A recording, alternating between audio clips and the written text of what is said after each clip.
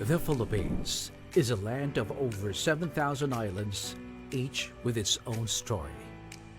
And in today's digital world, every piece of information is like a treasure waiting to be discovered. In the Philippines, social media has made sharing stories, news, and information faster than ever. However, it has also paved the way for misinformation. That is why media and information literacy is more critical than ever, equipping the public with the ability to distinguish factual content from disinformation. At the forefront of this mission is the Philippine Information Agency, or PIA, dedicated to building a well-informed and empowered citizenry. Through its Digital Bayanihan initiative, the PIA promotes digital responsibility through workshops, seminars, and partnerships. As the government's primary public information arm, the PIA serves the Filipino people by producing and sharing content, targeting the grassroots, allowing them to be informed and critical thinkers.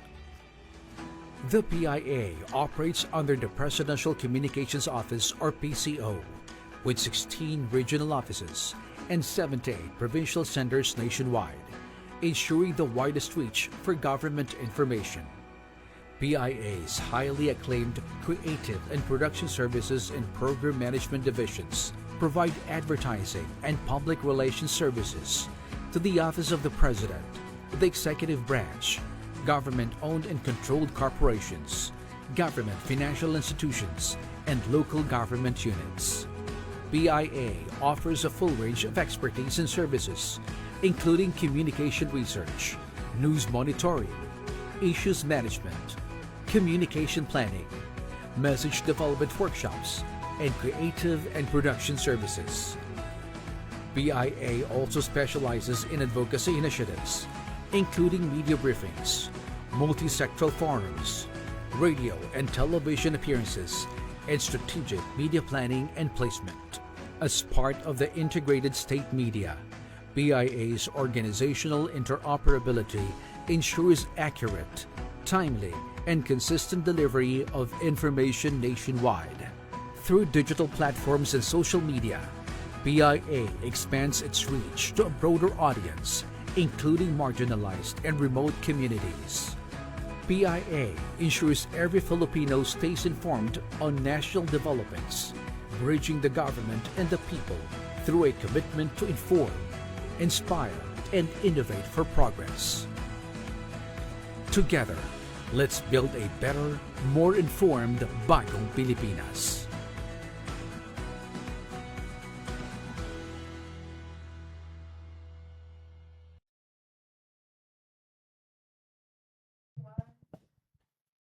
Magandang hapon, Pilipinas, na Imbag Amalo, Ilocos Region. Ito po ang programang Kapihan sa Ilocos. Ang Kapihan sa Ilocos po ay hatid sa inyo ng Philippine Information Agency, Ilocos Region.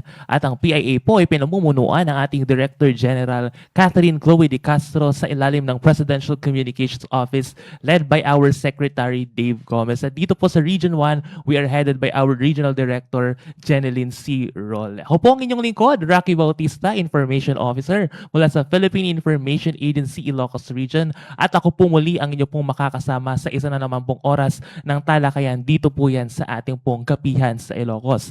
Katuwang ng ating Philippine Information Agency, Ilocos Region, ang iba't ibang ahensya ng pamahalaan para ihatid ang timely, accurate at relevant information for the benefit of our Filipino people. Ayan. So ating pong Kapihan sa Ilocos ay napapanood nyo lang live sa ating pong Facebook page, PIA Ilocos Region Facebook page.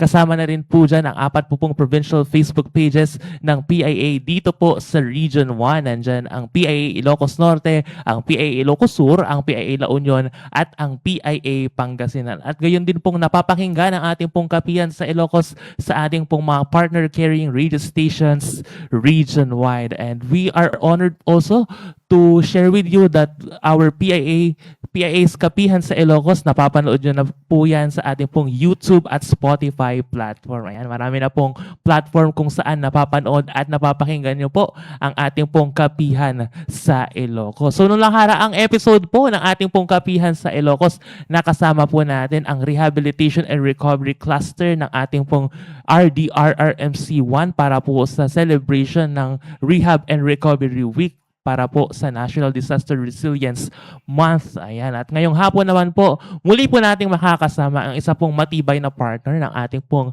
PIA Ilocos Region. Of course, we have this afternoon po from the Overseas Workers Welfare Administration, Regional Welfare Office 1, the head of Administrative and Finance Unit and Education and Training Unit of OWA Regional Welfare Office 1, Dr. Amapola Z. Villar. Good afternoon, Ma'am Ama, and welcome back po sa ating pong Kapihan sa Ilocos. Magandang hapon, Sir Rocky.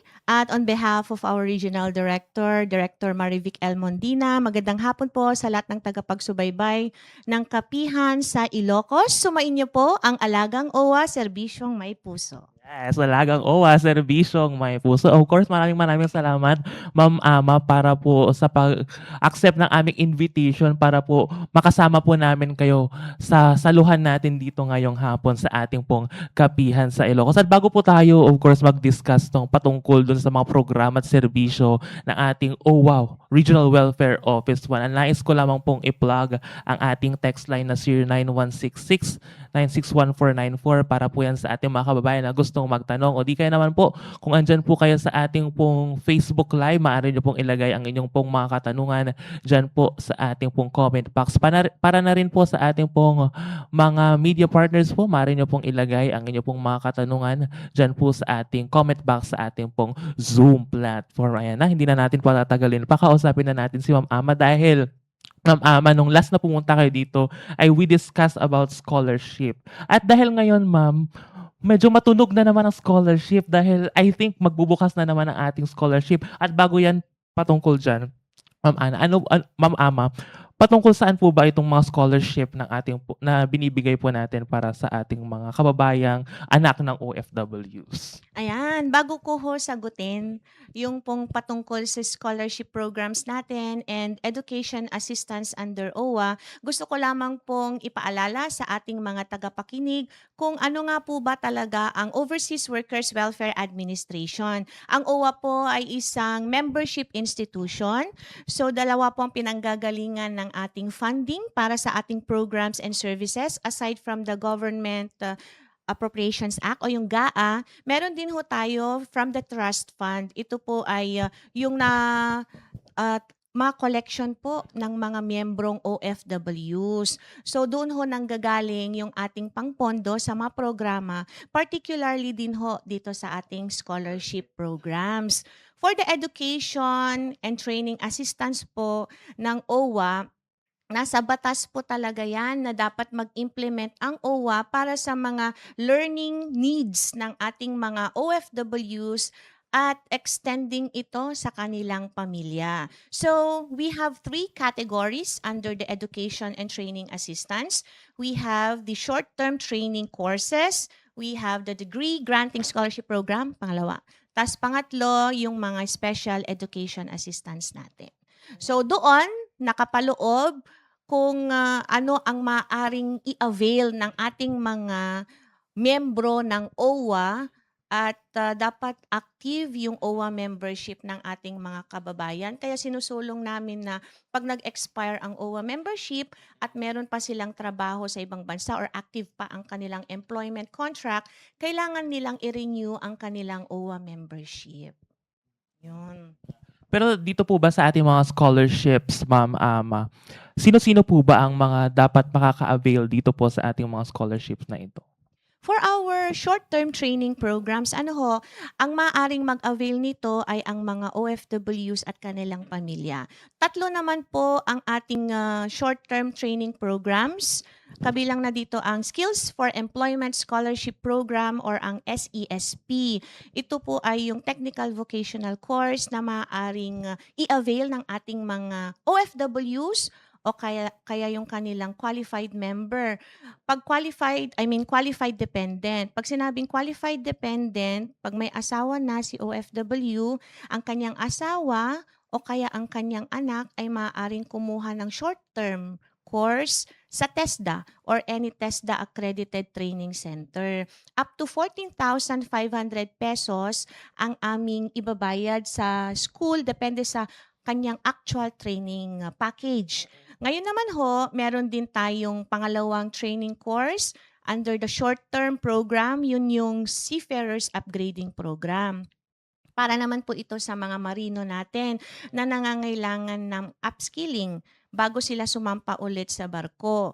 So doon ho ay meron tayong 7,000 up to 7,500 pesos na education assistance na maibibigay sa ating mga marino na gustong kumuha ng mga short-term trainings na required ni Marina. Ngayon naman ho, ang pangatlo ay ang libreng Information Technology Training Program na usually we do it sa community-based naman ito. So kami ay magbibigay ng enhancement ng IT skills ng OFW and their families. So dito ho, sa tatlong nabanggit ko sa inyo, ay maaaring i-avail ng ating mga OFWs, ganun na rin ang kanilang pamilya. Except for the SUP, syempre, pang seafarers ho talaga ito. Ngayon naman ho, doon sa pangalawang kategorya na nabanggit ko kanina, which is the Degree Granting Scholarship Program, dalawang scholarship programs naman ho ang under nito. Meron tayong EDSP, or the Education for Development Scholarship Program, and we also have the ODSP or the OFW Dependents Scholarship Program. Nabanggit niyo po kanina na parang mag-o-open na ang aming scholarship program, pero bago tayo dumako doon, since nabanggit ko na ho ang ating EDSP, nai-release na ho natin yung mga passers natin under the Education for Development Scholarship Program. For Region 1, meron tayong 48 passers or qualifiers. Dito ho sa programang ito, ang DOST or Department of Science and Technology, sila pong mag-a-administer ng qualifying examination para ho makapasok sa scholarship program. Top 1,000 nationwide po ang kukunin ng OWA para maging scholar po under the EDSP. Ayun ho. Sa Region 1, may 48 na ho tayong passers. Kaya yun ang naidagdag sa number of maintained scholars natin ngayon sa Region 1, which is 1,257 scholars ang mine-maintain natin. For the ODSP naman ho, mag-o-open naman yan ito soon, anytime soon, kasi alam niyo naman ho, pag programa ng OWA, ine-enhance ho talaga natin ito depende sa pangangailangan to respond to the needs of not only our OFWs, ganun din yung ating mga dependents. Kaya pinag-aaralan siya kung kailangan bang may i-enhance sa guidelines, dagdagan ang slots, na hindi nako-compromise yung trust fund natin. Kasi isa sa mandato ng OWA ay we need to make sure, syempre, na we have enough fund para matustusan ang pangangailangan ng mga OFW families natin. So sa ODSP po, hintayin nyo na lamang po kasi yung announcement namin yan sa Facebook kapag nagbigay ng go signal ang central office. Lahat po kami niyan ay magre-release ng official announcement sa aming official Facebook account na OWA Region 1. Kaya dapat ho naka-follow po kayo o naka-subscribe sa aming official Facebook page. Sa ODSP naman ho, ang requirement po dito, dapat ang OFW ay may basic monthly salary na $1,000 equivalent o kaya yun, yung equivalent niya sa US dollar. Kung hindi man US dollar ang currency ng kanyang country of destination o kaya yung host country niya. Also, dito naman ho sa ODSP, pag inopen namin online, dalawa ang kategorya niya. Meron tayong pang first year college, which is the OD1, and meron din tayong pang second year to fifth year college, which is the OD2. For Region 1, meron tayong 250 slots lamang. 83 for OD2 and 167 for OD1. Kaya parang 41 slots siya per province pag OD1. Pag OD2 naman ay 83 slots per province siya. Ganun ho. Pero siyempre si Pangasinan mas mataas ng kaunti. Kasi talagang ang pinakamarami at bulto ng ating mga aplikante ay nanggagaling sa province of Pangasinan. Kaya naman nagre-request kami lagi. We always request naman ho. Kasi siyempre yun din po ang request ng ating mga OFWs sa Pangasinan na sana madagdagan ng slot natin. At lagi ho tayo na nagre-request niyan sa central office. Ayan ho. First come, first serve po ito at ang mode of application ay online. Kaya kung ngayon ho, hinihintay nyo na, kung maaari po ay i-visit nyo na ang scholarship.owa.gov.ph para ma-practice nyo na kung paano yung pag-apply niyan. At nakalista lahat doon ng requirements at eligibility. Yun lang ay kailangan nyo lang piliin kung saan nga ba kayong kategorya. Kung first year ka, OD1 ka, kung second year to fifth year college ka, doon ka sa OD2. Ipapaalala ko po ulit, dapat active yung OWA membership ng ating OFW para mag-qualify kayo sa ating mga degree granting scholarship program. Sir Rocky, may mga nagtatanong ho kasi, since may exam ang EDSP natin, may mga hindi nakapasa last time or hindi na nakahabol nakaabot sa top 1,000 nationwide. Gusto nilang nagtatanong sila kung pwede pang mag-apply for EDSP. Kasi ang EDSP po natin, ang matatanggap na scholarship grant ay nasa 60,000 per school year or 30,000 per semester. So mataas ho siya. Kaya gusto nila, hintayin daw ulit nila si EDSP.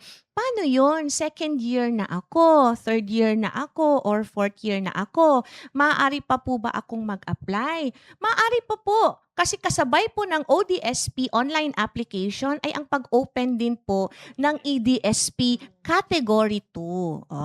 Kasi yung nangyaring exam para sa mga grade 12 noon for the incoming first year college natin ngayong school year na to, EDSP 1 yon. Mag-o-open din yan ho yung EDSP 2 natin. First come, first served, wala po siyang examination.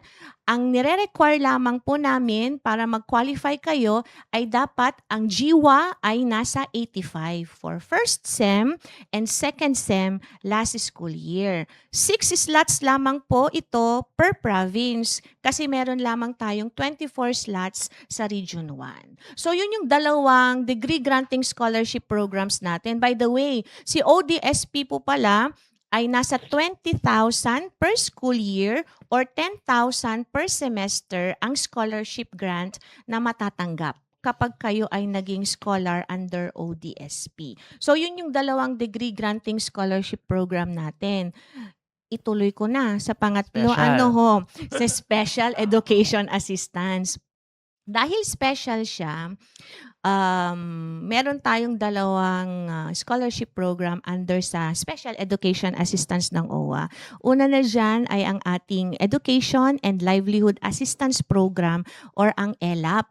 Para naman po ito sa ating mga surviving dependents ng namayapang miyembro ng OWA. So kapag ang OFW ay namatay at active ang OWA membership upon death at may panganay siyang anak na nag-aaral, sabihin na natin kinder or grade 1 or grade 2 kasi hindi naman din natin alam kung kailan tayo kukunin ni Lord. Kaya ang tawag dito, depende yon sa level or grade level, year level ng panganay na anak. So, ang kagandahan nito, yun nga lang malungkot, masaklap.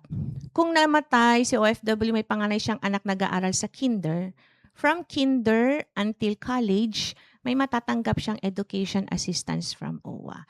Kaya siguro yung iba sa ating mga tagapakinig ay nagtatanong, meron naman kayong elementary at high school, O bakit hindi niyo takunin ang aking anak na scholar? Naku po, ito po ay special education assistance. Rider po siya ng death benefit natin, yung education assistance na to. So pag elementary, yung panganay na anak na nag-aaral, yun na, nung namatay na OFW, nasa 5,000 per school year matatanggap. Pagpasok niya ng high school, yun yung grade 7 to grade 12, ano po, 8,000 per school year matatanggap. Pagpasok niya ng college, hanggang 4th year or kaya 5th year man yan, nasa 10,000 per school year naman ang matatanggap. So yun ang pinakamahabang exposure ng trust fund sa ating OFW family. Yun nga lang, may hindi magandang nangyari sa OFW. Yung pangalawa naman ho nating special education assistance ay yung tinatawag na Congressional Migrant Workers Scholarship Program or ang CMWSP. Sa pangalan pa lamang po, alam nyo na ho kung saan nanggagaling ang pondo nito. So ito ay binababa ng Congress through PCSO at funded ito ng Congress. Para ho siyang EDSP rin, may exam siya, administered by DOST, at ang kanyang amount na natatanggap ay nasa 60,000 per school year. Kaso, ang kanyang nire-require na course mo dapat sa kolehiyo ay related sa science and technology course. So yun po ang ating mga scholarship programs at may bago tayo ngayon. Ito ang introductory natin, Ma'am Ama, dun sa Kaya isa nga, nating Sir ano. Rocky, ang haba na, ang dami na nating scholarship para sa ating mga OFW families. So for sure, yung karamihan sa inyo ay nabalitaan na ho ang Lifelong Learning Education Assistance Program for our OFWs. Ito naman ho ay binibigyan ng chance ang ating mga OFWs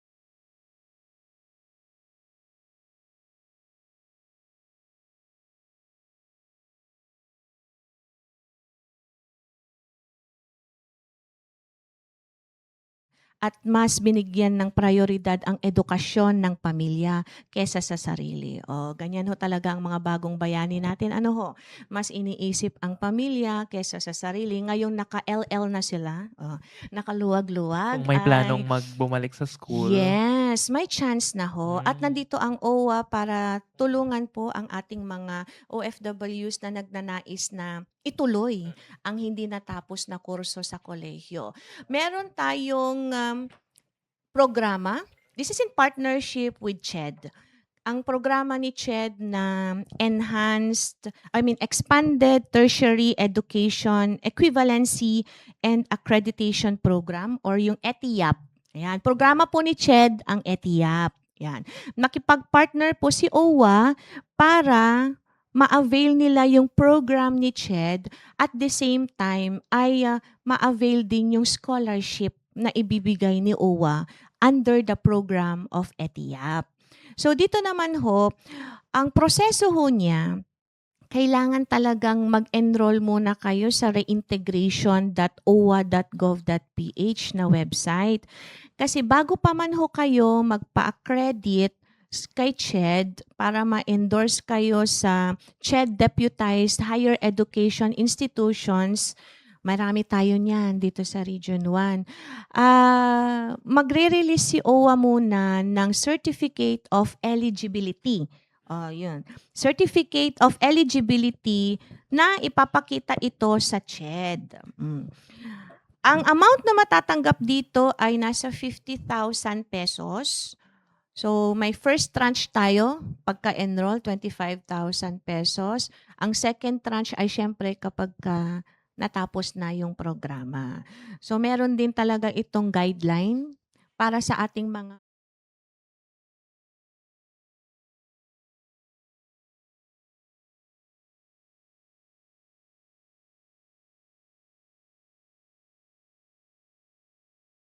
yung proseso, kaya lang ho, sa tingin ko naman ho ay kung talagang gusto mong matapos ang iyong naudlot na kurso sa kolehiyo, ito na po yung pinakamagandang pathway para sa ating mga OFWs.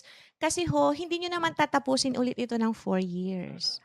depende ito sa experience, work experience at skills ninyo na ia-assess.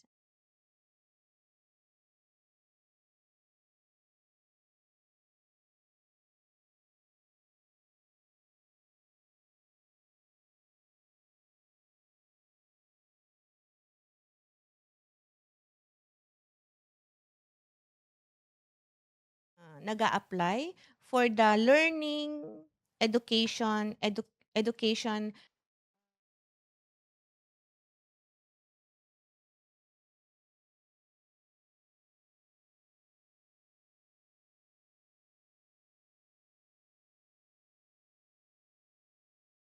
Dapat mababa sa 23 years old kasi nga ang minimum po na years in service po na OFW kayo ay dapat nasa 5 years po siya.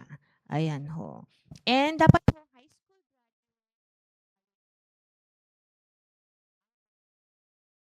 Also, sa mga OFWs na umuwi, kasi usually ito ho ay yung mga OFWs na nasa abroad ang nakakapag-enroll. Sa mga nakauwi po, dapat pagka-uwi, within 1 year from the date of arrival sa Pilipinas, dapat ay nakapag-enroll na kayo for the program para ma-accredit ho kayo. So again, ang una ho nating proseso na ipakita ho sa screen natin kanina ay dapat ay dadaan muna siya sa ating website through the reintegration.owa.gov.ph. So, Sir Rocky,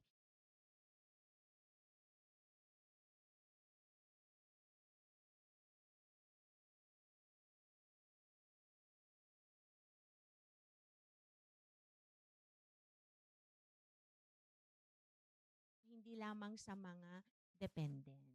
Alam mo, manifestation itong mga 'to 'no, Ma'am Ama, dun sa pagmamahal ng OWA para sa ating mga OFWs. Hindi lang dun sa mga OFWs natin, pati sa mga pamilya ng ating OFWs. Dahil ako, ang rinig ko lang talaga, ang knowledge ko when it comes to scholarship from OWA, yung ating mga degree granting natin, yung EDSP and ODSP. Yes, oo. Marami pa po palang mga education training assistance na binibigay ang ating pong Overseas Workers Welfare Administration, 'no. So, paano po yun? Gaanong commitment yun for OWA na binibigyan natin ng chance o pagkakataon yung mga anak ng OFWs natin na mabigyan sila or even the families nila na mabigyan ng ganitong pagkakataon when it comes to education? Mhm. Kasi nga ho, yun nga, aside from the mandate, it's beyond, syempre, ng mission, vision ng aming ahensya, ay kailangan talaga na kapag ikaw ay nagbibigay ng serbisyo sa ating mga kliyente, ayan, narinig po ba ang nabanggit ko kanina? Ulitin ko. Ay, dito. Ayan. Okay na ho. Ayan ho. So, mahirap pag live, ano? Ayan na ho. Kaya, ang tawag dito, yun nga, our mission and our service to our OFWs goes beyond the mandate of our agency. Siguro naririnig nyo yan na ang cheesy naman nito kasi ang naman niya, sabi kasi nasa harapan. Hindi po. Sa mga taga Region 1 na nakakakilala po sa amin lalong-lalo na sa Education and Training Unit at ang makakapag-attest ito na lang. Ang makakapag-attest, validate at verify kung paano kami trumabaho para lamang makatulong kaming graduate ang mga anak ng OFWs or even yung kapatid ng single na OFW ay ang ating mga graduates. Scholars mismo, no? Mga Ma'am Ama? scholars mismo, mga graduate mismo ng scholarship programs ng OWA.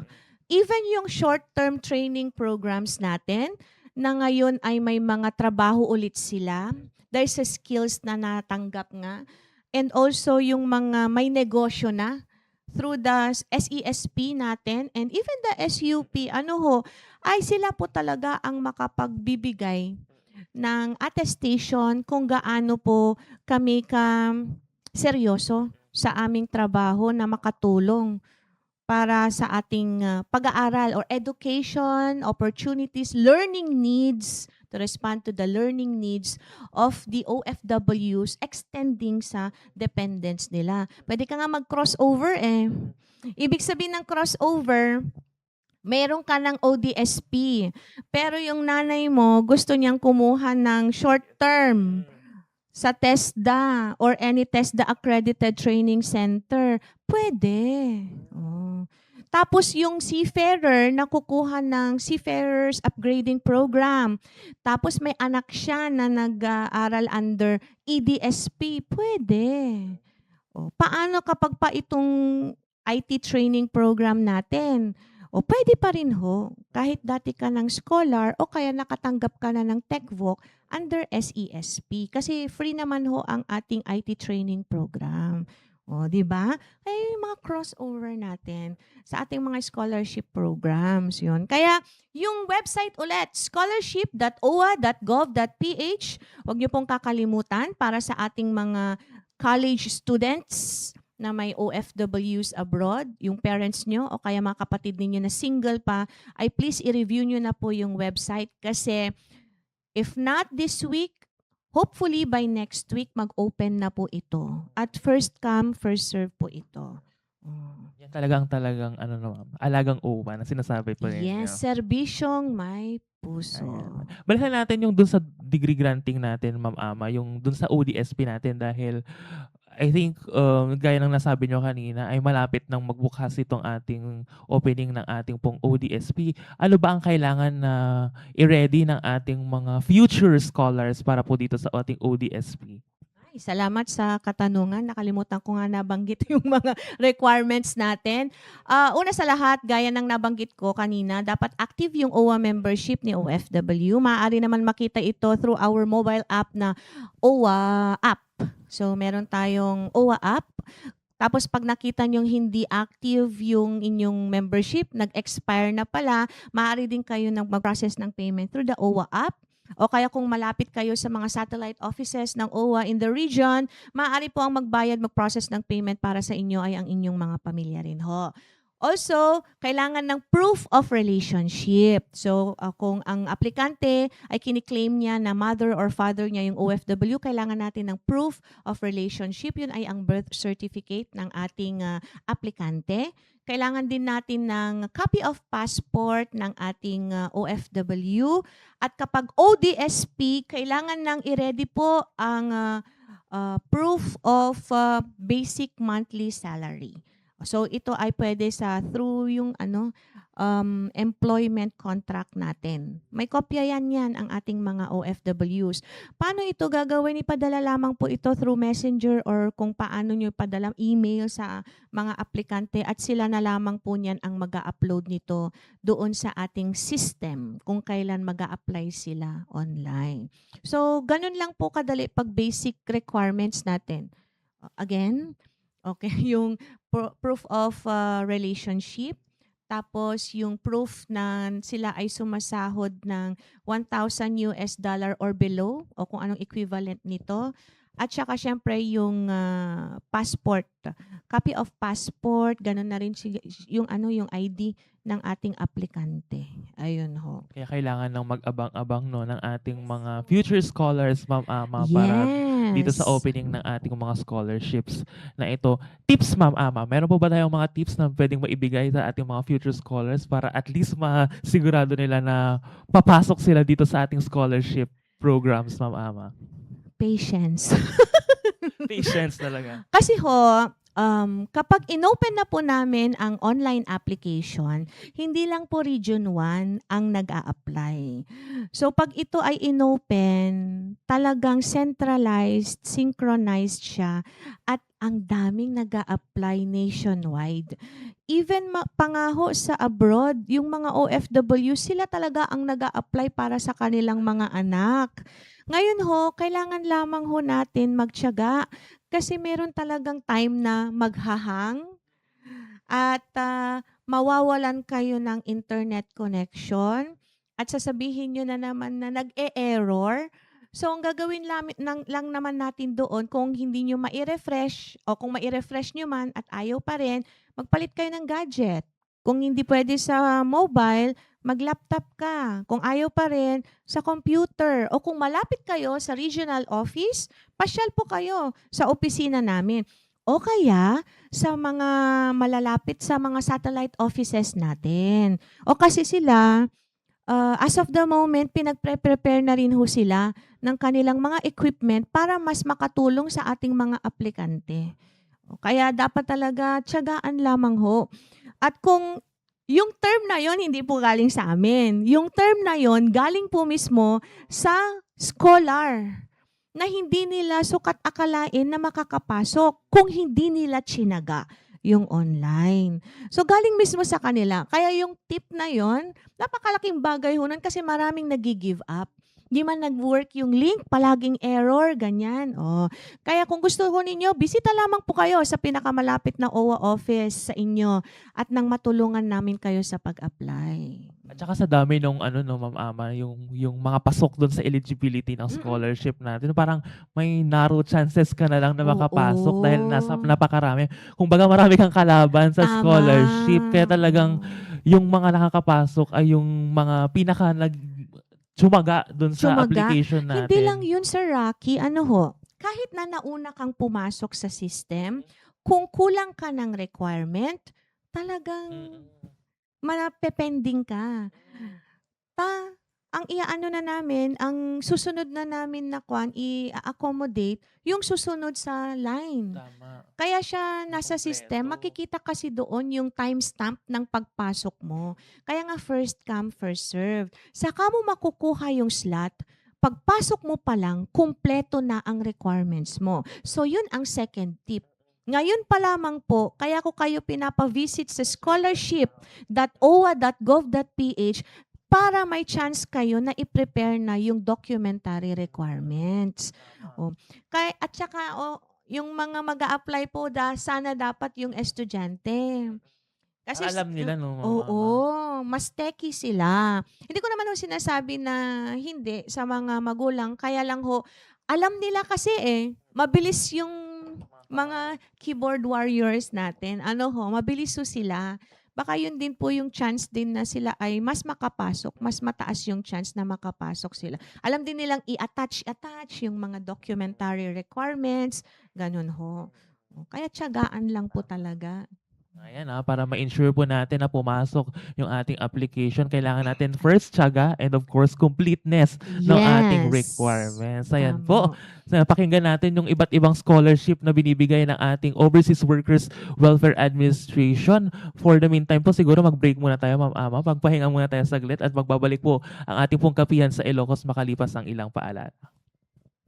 Kabayan, alam niyo ba na nag-o-offer ng iba't ibang scholarship program ang OWA Region 1? Tara, pag-usapan natin yan. This is not Lance!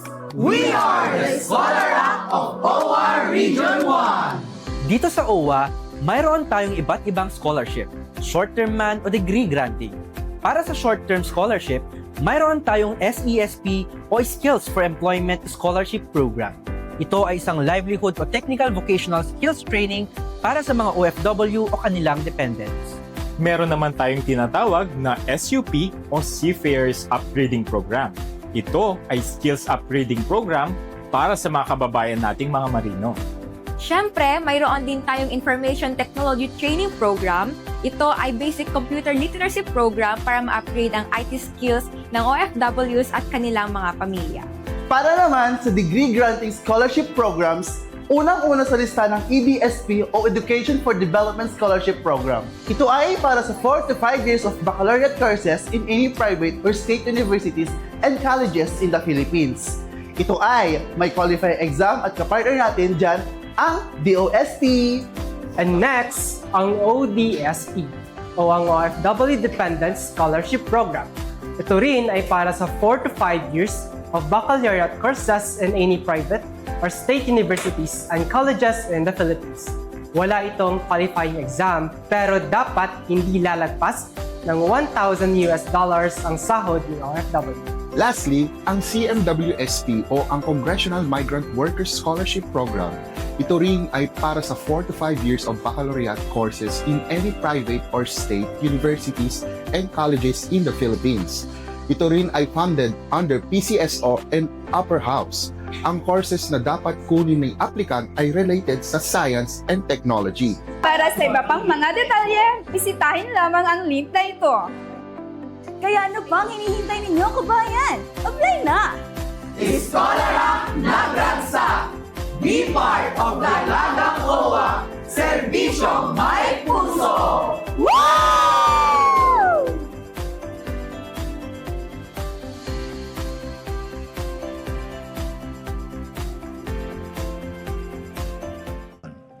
Sa loob ng 3 taon, pinarami natin ang mga pampublikong ospital at specialty center. Nariyan na rin ang 53 bukas center sa 32 lalawigan sa bansa. May libreng check-up, x-ray, lab test at iba pa. Ito ay para sa agarang serbisyong outpatient na hindi na kailangan magpa-confine pa sa ospital. Asahan ninyo, marami pa ang ating bubuksan na bukas. Ang tanong, ano nga bang update? Lamang ang impormado. Dito sa Pilipinong Impormado, alamin at i-fact check. Sa bagong urgent care and ambulatory services o mas kilala sa tawag na bukas centers, hindi mo na kailangang isipin ang mga bayarin sa hospital bills. Nadagdagan nga ba mula sa 53 bukas centers na nabanggit noong SONA 2025? As of May 2026, mayroon ng 62 bukas centers nationwide, 29 bukas centers sa Luzon, 14 sa Visayas, at 19 naman sa Mindanao. Nagbibigay ang bukas ng libreng outpatient medical services para sa mga nangangailangan ng agarang atensyong medikal na hindi kailangang i-admit tulad ng laboratory tests, minor procedures, dental procedures, bakuna, at iba pa. Kumbaga, nagpa-function ito na parang hospital, pero hindi mo kailangang i-admit. Ang main aim po na ating bukas center is to decongest ng ating mga main tertiary hospitals, mga hospitals natin of the urgent cases. Sobrang laking tulong po sa amin nito. Hindi na po kayo matatakot magpakonsulta. Wala ka nang iisipin. May mga libre na ngayon katulad ng bukas center.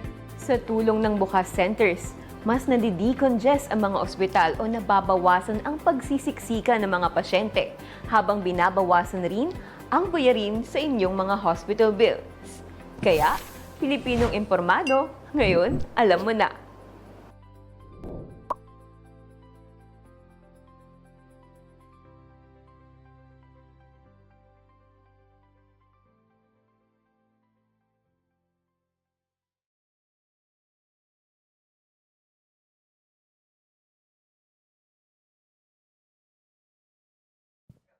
At tayo po ay nagbabalik dito pa rin yan sa ating programa, ang Kapihan sa Ilocos. Kasama pa rin po natin ang Overseas Workers Welfare Administration Regional Welfare Office 1 with of course, Ma'am Ama Paula Villar, ang head ng Administrative and Finance Unit and Education and Training Unit. Kung kanina po kinumusta natin kung ano ba yung mga requirements at yung mga iba't ibang classifications ng scholars at surprisingly no, bukod dun sa degree granting na kanilang mga scholarship ay marami pa pala silang mga education training assistance na binibigay mula sa Overseas Workers Welfare Administration. Ngayon naman po, Ma'am Ama, kumustahin ko naman po kung ilan na ba ang ating mga scholars mula Ilocos Norte, Ilocos Sur, La Union, and Pangasinan, of course, under the OWA scholarship programs.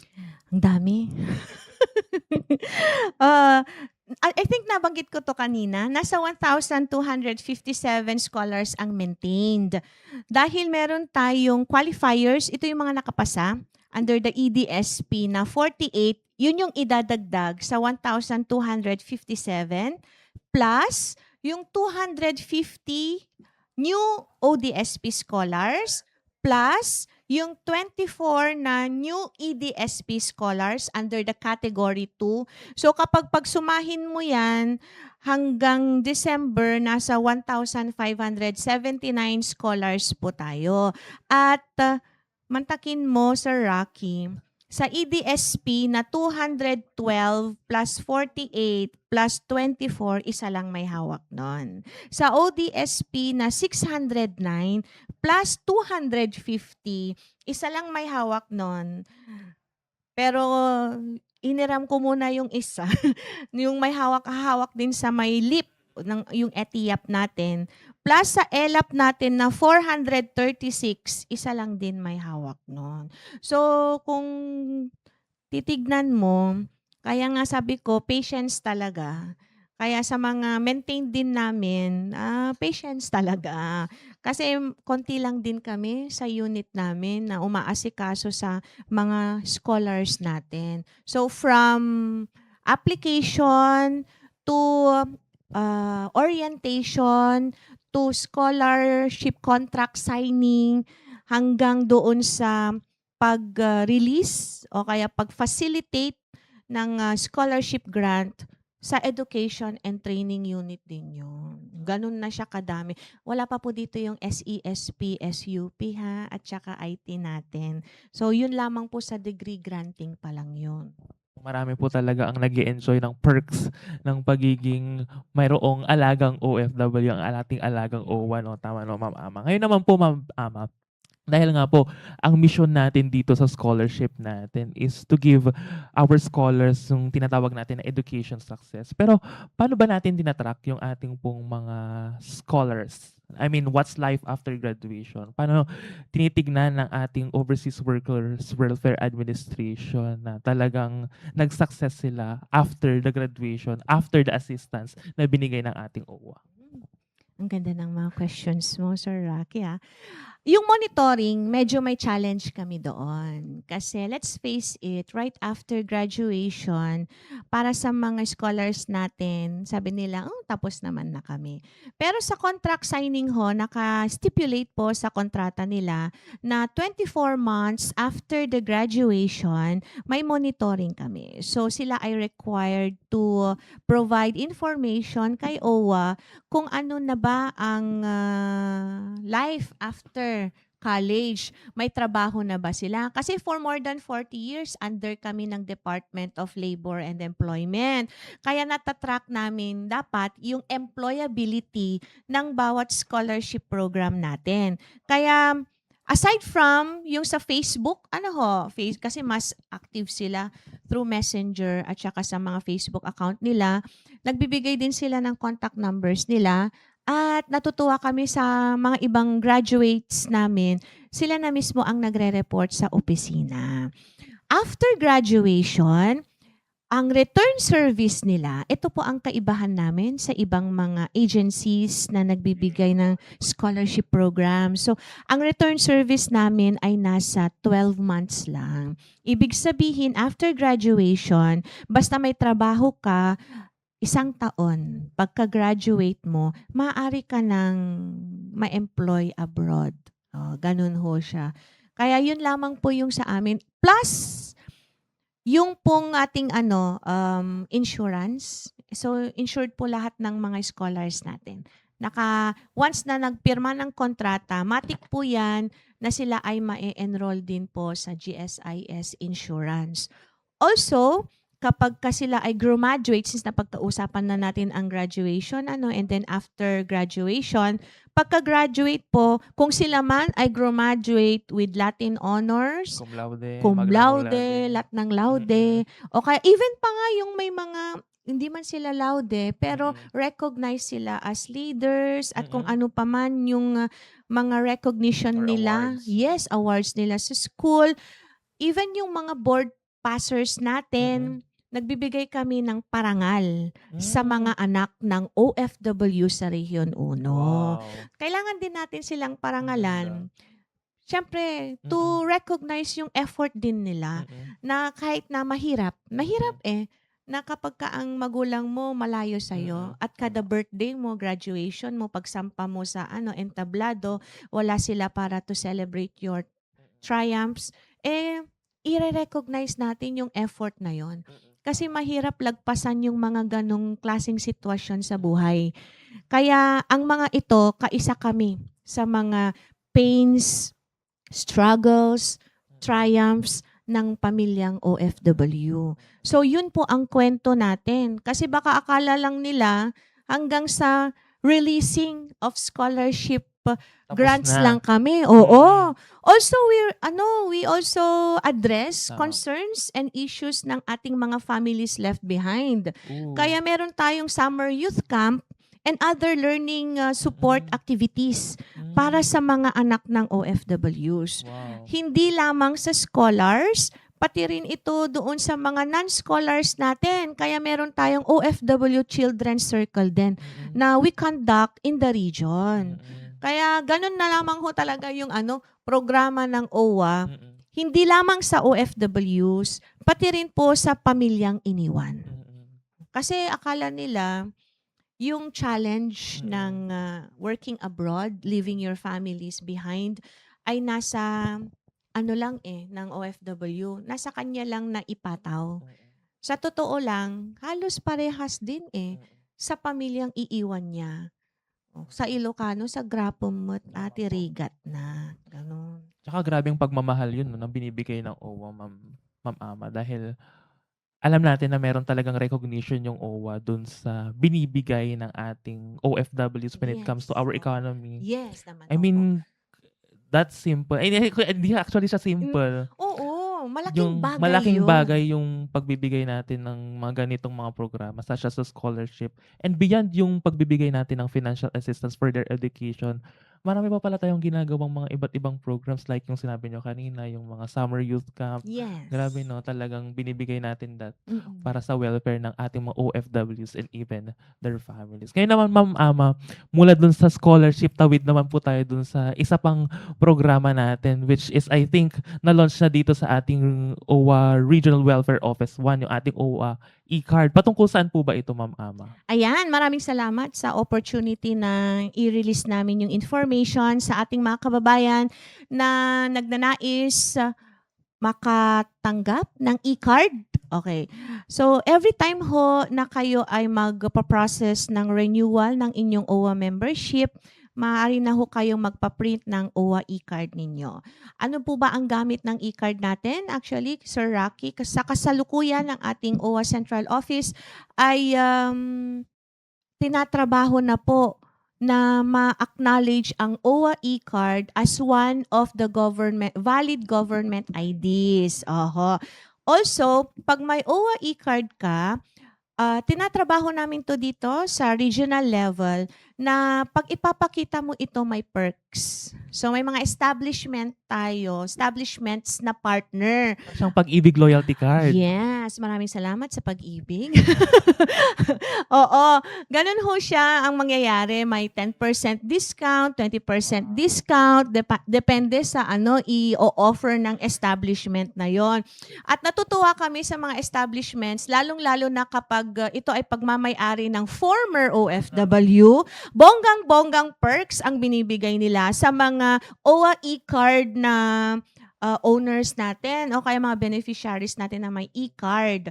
Kaya maaari na, even sa kapag meron ngang isang hotel and restaurant, saka na lang ho namin i-release kung anong mga ito na ang taas ng discount kapag doon ka magpapa-event o kaya doon kayo mag-i-stay. Hindi lamang yan dito po sa Pilipinas, meron na rin ho tayong mga partner establishments abroad na maaari ho nilang ipakita yung OWA e-card nila at may matatanggap silang discounts. Ayan, depende po yan sa merchants natin o kaya sa ating mga partner establishments. Soon, we will be releasing the list of our establishments dito sa Region 1 na tinanggap ang OWA e-card. Kaya sa ating mga kababayan dyan na may mga negosyo, maaari nyo na pong i-approach ang OWA para sa e-card. Mag-partner ho tayo para naman ito tulong natin sa ating mga OFWs.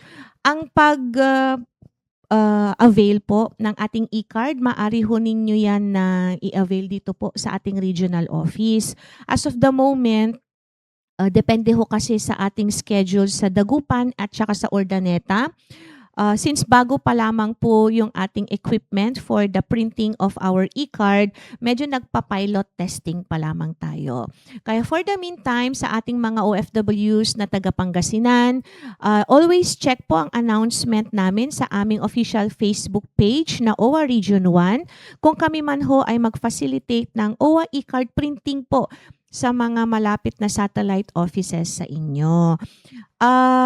Dito po, basta active yung OWA membership, pwede na ho kayo na magpa-print ng e-card natin. Iwasan nyo na lamang ho na magpagawa ng e-card like 90 days before the expiration. Ang gawin mo na lang, hintayin mo na lang mag-expire, mag-renew ka na lang yan ulit para doon ka na lang mas ma-maximize mo yung paggamit ng OWA e-card pag ganon. So maraming salamat sa pag-disseminate ko pala ng information na yon. Yes, about e-card. Meron na sa Region 1. Yes, magandang balita yan, no, para sa ating mga OFWs and of course their families. Ngayon naman po, Ma'am Ama, dahil medyo kinukulang na po tayo ng oras, siguro hingin ko na po ang inyo pong closing statement, ang inyo pong panghuling mensahe. Closing na nga. Ayan, so muli po, maaari nyo hong mabisita ang pinakamalapit na OWA kung mas gusto ho ninyo ang face-to-face interaction sa ating mga OWA staff. Ganun na rin ho, meron tayong official Facebook page. Naka-indicate din ho doon yung mga hotline numbers natin sa bawat programa na maaari nyo pong itanong o serbisyo na ninanais nyong itanong. Kasi hindi lamang po scholarship program o kaya education training assistance ang ino-offer ng OWA, marami pa ho ito. So maaari nyo hong i-check ang ating hotline numbers sa Facebook page na OWA Region 1. At of course, maraming salamat sa PIA Region 1 sa pag-imbita lagi sa OWA para mabigyan kami ng opportunities na mag-update kasi marami na no, na mag-update sa aming mga programa at hindi lang to once. Sana hindi lang once. Pwede naman sa office. Meron tayo next month, di ba, Ma'am? Meron pa next month. Wala naman po problema. Kaway-kaway, Rubilin. Ayan, no? At kaway-kaway naman ho din po sa masipag namin na Regional Director na si Director Marivic L. Mondina na kasalukuyang nakikinig at nanonood ngayon. Special shout out naman. Special shout out sa inyo. Ganun na rin ho sa OWA Region 1 satellite offices at regional office natin. Lalong-lalo na sa unit namin sa Education and Training Unit. Ayan, saludo ako sa inyo mga kaibigan. At sana hindi kayo magsawa, nakaka-process ng scholarship natin para sa mga anak ng OFW. So muling-muli, sumain nyo pa rin ho ang Alagang OWA, Serbisyong May Puso. Ayan, at dito po nakasama po natin ngayong hapon mula po sa Overseas Workers Welfare Administration Regional Welfare Office 1 ang Head ng Administrative and Finance Unit and Education and Training Unit, Dr. Amapola Z. Villar. Maraming salamat, Ma'am Ama, and of course sa buong pamilya ng OFW, ang ating OWA Regional Welfare Office 1. Maraming salamat for always accepting our invitation kung meron po kaming invitation para po sa inyo. At dito na po nagpatapos ang ating pong kapihan sa Ilocos. Maraming salamat din po sa lahat po ng ating mga nakasamang tagapanood at tagapakinig ng ating pong programa. Ito po ang Kapihan sa Ilocos, programang hatid ng Philippine Information Agency Ilocos Region, at ang PIA po ay pinamumunuan ng ating Director General Catherine Chloe de Castro sa ilalim ng Presidential Communications Office led by our Secretary Dave Gomez. At dito po sa Region 1, we are headed by our Regional Director Jeneline C. Role. Ako po ang inyong lingkod, Rocky Bautista, Information Officer mula sa PIA Ilocos Region. At dito po sa PIA, naniniwala kaming a well-informed Filipino is an empowered Filipino. Maraming salamat po.